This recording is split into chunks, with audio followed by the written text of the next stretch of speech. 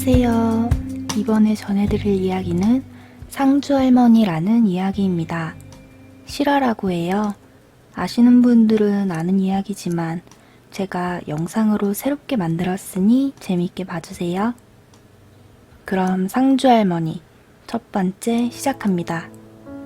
이야기는 지금으로부터 거의 30년 전으로 거슬러 올라갑니다.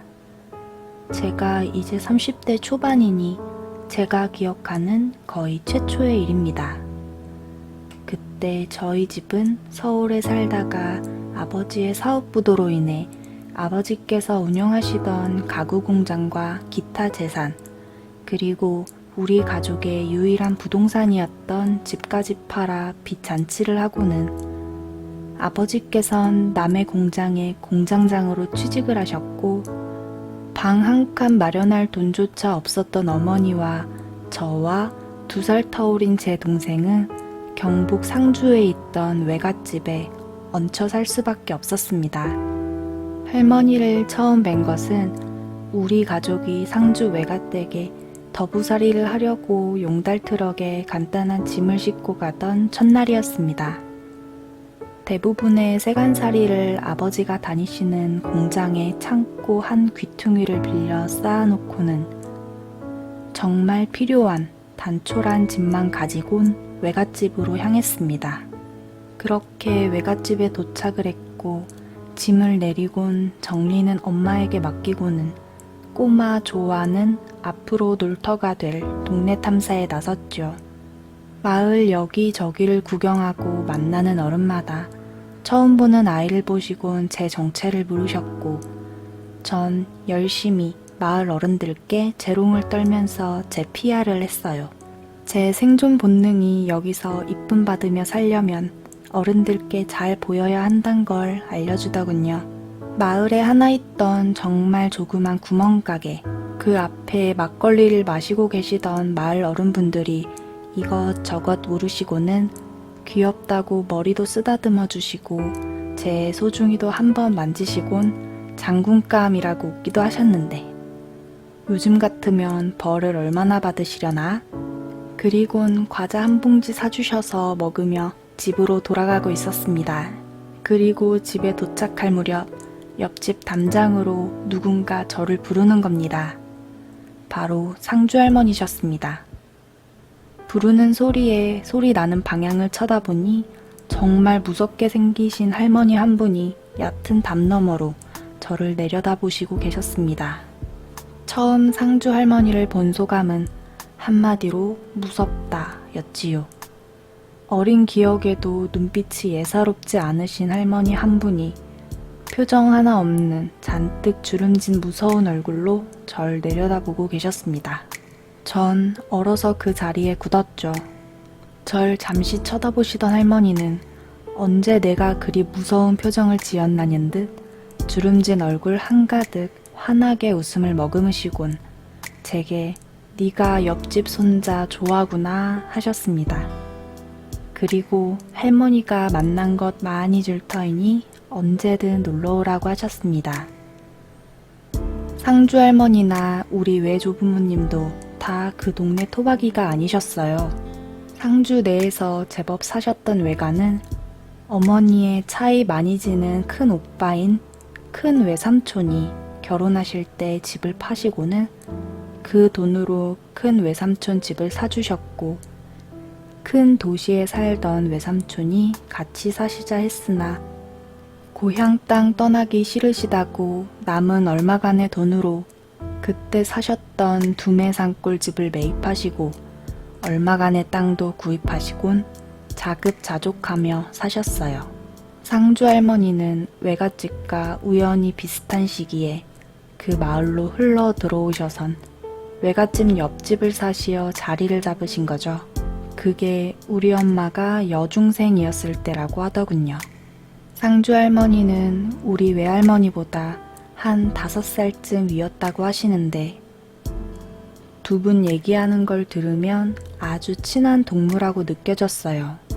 상주 할머니가 돌아가신 후 저희 외할머니도 몇 해 후에 돌아가셨는데 돌아가실 때까지 상주 할머니를 항상 그리워하시더군요. 그렇게 그 마을에서 외갓집에 살게 되고는 이상하게 상주 할머니와 친하게 되었어요. 물론 제가 사람을 안 가리고 잘 사귀기도 하지만 할머니께서 절 엄청 챙기고 귀여워해 주셨거든요. 항상 할머니 집엔 뭔가 맛난 간식이 있었고 할머니는 그걸 챙겨주시고 제가 먹는 걸 참 기뻐하셨어요. 전 할머니가 제게 화내시는 모습을 한 번도 본 적이 없었고 항상 얼굴 가득 주름진 한박 웃음만 기억이 나요. 보시는 분은 제가 어린애라 그런 거 아니냐 하실지 모르지만 그건 아니었어요.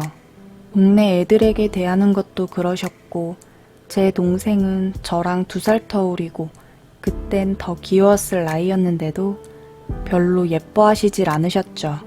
그냥 소 닭 보듯 대면대면. 그렇게 몇 개월 친분을 쌓고는 드디어 본격적으로 할머니랑 같이 다니게 됩니다. 마실이라고 하나요? 어디 나들이 가시는 걸 무척 즐기셨던 할머니는 시내 장에 가실 때 본격적으로 절 데리고 다니기 시작하셨어요. 그렇게 장구경을 간 날 공교롭게도 장 한구석에선 꽹과리 소리가 막 나고 굿이 벌어지고 있었죠. 어떤 집에서 굿을 했나 봐요. 어린 전 처음 보는 구경거리에 신이 나서 구경 가자며 할머니 손을 막 잡아 끌었는데 할머니가 단호한 목소리로 안 된다고 하시더군요. 심통이 난 저는 입에 바람을 잔뜩 집어넣고는 왜 안 되느냐고 했는데 할머니가 그러시더군요. 할머니가 거기 가면 저 사람 다친다고요. 그때 한창 무당이 신명이 올라 시퍼렇게 날이 선 큰 칼 위에 있었거든요. 그게 작두 타는 거란 건 나중에 커서 알게 되었지만 그리고는 굿판 근처도 안 가시곤 제 손을 잡고 삥 둘러가시는 거였어요. 제가 시무룩하게 따라가자 할머니는 그게 안 되어 보이셨던지 우리 좋아 배 안 고프냐며 우리 맛난 거 먹으러 갈까 하시는 거였어요. 애들한테 뭐가 했어요. 그냥 재밌는 구경, 맛있는 것만 있음 세상에서 제일 행복한 게 어린이죠. 한창 먹고 클 에너지 넘치는 아이인데 배가 고팠지만 망설였어요. 어머니께 단단히 교육받고 나왔거든요. 할머니 돈 없으니까 장에 가서 뭐 사달라고 떼쓰면 안 된다고. 돈 보내주는 자식도 특별한 수입원도 없으신데 할머니가 쌈짓돈이 있음 얼마나 있으셨겠어요. 제가 쭈뼛쭈뼛하자 할머니는 왜 할미 돈 없을까봐? 라고 하셨고 전 조심히 고개를 끄덕였어요. 할머니께선 웃으시더니 제 머리를 쓰다듬어 주시며 가자 우리 좋아 고기랑 밥 먹자 라고 하시며 제 손을 잡고는 어디로 가셨고 전 고기라는 말에 정신이 혼미해져 쫓아갔습니다. 얼마쯤 가서 몇 개의 골목을 거치곤 어느 집 대문 앞에 이르렀어요. 그곳은 다른 집과는 달리 이상한 깃발도 꼽혀 있고 절에서 쓰는 등도 달려있던 그런 집이었죠. 그 집 앞에 도착을 했는데 할머니가 분명 부르시지도 않고 초인종도 누르지 않았는데 안에서 사람이 급하게 나오는 소리가 들렸습니다. 그리고 급하게 문을 열고는 깊숙이 허리 숙여 인사를 하더군요. 전 어린 마음에도 참 신기했어요. 어떻게 알고 나왔지? 하고요. 할머니는 인사하는 아주머니를 본체 만체하시곤 흡사 자기 집 들어가시듯 자연스럽게 그 집 안으로 들어가셨어요. 그리고는 밥 좀 차려봐. 애기 먹을 거니 신경 써서 이것저것 좀 차려오게 하시는 거였죠. 너무나 자연스럽게 아랫사람 부리듯 하셨고 아주머니는 당연하다는 듯 공손히 대답하시고는 우릴 방 안으로 안내하셨어요. 그리고 얼마의 시간이 지나고는 정말 푸짐한 밥상이 들어왔어요. 그리고는 아주머니는 같이 밥을 드시지 않고 할머니 옆에 앉아 꼭 사극을 보면 중전마마나 대비마마한테 하듯 반찬도 올려드리는 등 수발을 들어주시더군요. 그러거나 말거나 전 오랜만에 보는 고기 반찬에 온통 신경이 팔려 있었어요. 집에선 매일 된장찌개나 두부찌개, 김치랑 나물 몇 가지, 간혹 계란 후라이 하나 먹다가 집에서 먹던 반찬에 3배는 되는 것 같은, 거기다 고기도 소고기랑 닭고기까지 있는 완벽한 밥상에 이성의 끈을 놓아버렸죠. 전 천천히 꼭꼭 씹어 먹으란 할머니 말씀은 콧등으로 듣고 열심히 고기를 흡입하고 있는데, 간간히 할머니랑 아주머니가 도란도란 나누는 얘기들이 들렸어요. 할머니가 그래서 등 아주머니 말씀에 추임새를 넣으시며 들으시다가 뭐라 얘기하시는 소리가 들렸고, 아주머니는 네, 감사합니다 등의 말로 공손히 화답을 하시더군요. 그렇게 식사가 끝나고서 할머니께서 제가 다 먹길 기다리시더니 다 먹었냐? 그럼 가자 하시며 미련 없이 자리를 털고 일어나시더군요. 아주머니는 따라 일어서시며 언제 준비하셨는지 하얀 봉투 하나를 할머니께 공손히 건넸고, 할머니는 의당 당연하다는 듯 받아 챙기셨습니다. 문 밖까지 나와 깊숙이 허리 숙여 인사하시는 아주머니의 배웅을 받으며 집으로 가는 버스를 타러 갔고, 할머니께선 차를 타기 전에 시내 큰 슈퍼에서 제게 과자를 한알음 사주셨어요. 그리고 계산하실 때 아까 아주머니에게 받은 하얀 봉투에서 돈을 꺼내주셨고, 전 그제야 아주머니께서 할머니께 드린 봉투가 돈이었단 걸 알았어요. 그 뒤로도 장날이면 비가 오지 않는 날마다 꼭 할머니랑 장구경을 갔었고, 그때마다 할머니는 그 아주머니네 집 이외에도 여러 군데를 다니셨는데 한 번 갈 때마다 한 집만 가셨지요. 그리고 할머니가 가시는 집은 예외 없이 할머니를 큰 절로 맞으며 극진히 대접했고, 여기에 저도 덩달아 호사를 누렸답니다. 할머니가 어떤 집은 그냥 지나치셨는데 제가 왜 저 집은 안 가냐고 여쭈면 저 집은 가짜야 라고 대답하시곤 하셨죠. 그러다 한 번은 난리가 난 적이 있어요. 할머니께선 그런 가짜 무속인 집을 보셔도 그냥 눈살 한번 찌푸리시곤 지나치고 하셨는데, 한 번은 정말 한참을 서서 지켜보시더니 갑자기 화가 폭발하셔선 그 집으로 뛰어들어가신 적이 있죠. 그 집은 좀 젊은, 우리 엄마보다 좀 더 나이 들었을 아줌마가 점을 치고 계셨고, 손님도 몇 분이 대기하고 있었어요.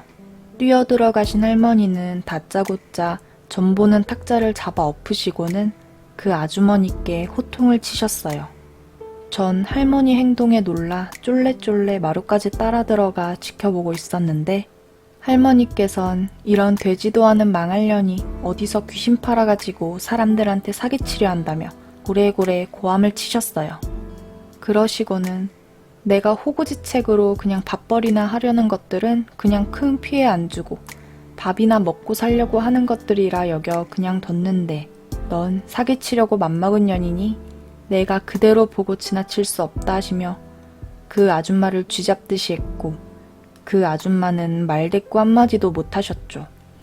그렇게 한바탕 폭풍이 지나고 다음번에 와서도 그냥 여기 이러고 있으면 좋게 안 끝난다는 요지로 말씀하시곤 그 집을 나오셨는데, 그 다음 장날에 가보니 이미 다 정리하고 도망갔더군요. 그날 할머니가 순례하신 집에서 들으니 할머니가 난리치신 그날 밤에 혼이 빠진 상태로 싹 정리해 상주를 떠났다고 하더군요. 상주 할머니의 과거는 저도 아는 게 없어요. 젊으셔선 뭘 하신 건지, 어떻게 지내신 건지. 다만 이제와 생각해보면 큰 신을 모셨던 무당이 아니셨을까. 혹은 신을 닮고 계시지만 무업은 안 하신 은둔 무속의 거목이 아니었을까 생각합니다. 향후 상주를 갈 일이 생긴다면 할머니에 대해 한번 알아봐야겠습니다. 어린 시절 할머니 손잡고 따라다닌 무속인 집들이 아직 어렴풋이 몇 군데 기억이 나고, 그분들이 아직 그곳에 살고 계신다면 다들 한 60대 정도이실 테니. 이번 편은 그저 할머니와 관련된 소소한 에피소드이다 보니 정작 독자들이 좋아하시는 귀신 얘기는 없네요. 다음 편에는 본격적으로 귀신 얘기를 들려드리죠. 여러분, 상주할머니 1편이 끝났어요. 구독과 좋아요, 알림 설정까지 부탁드리고 바로 2편에서 만나요. 안녕.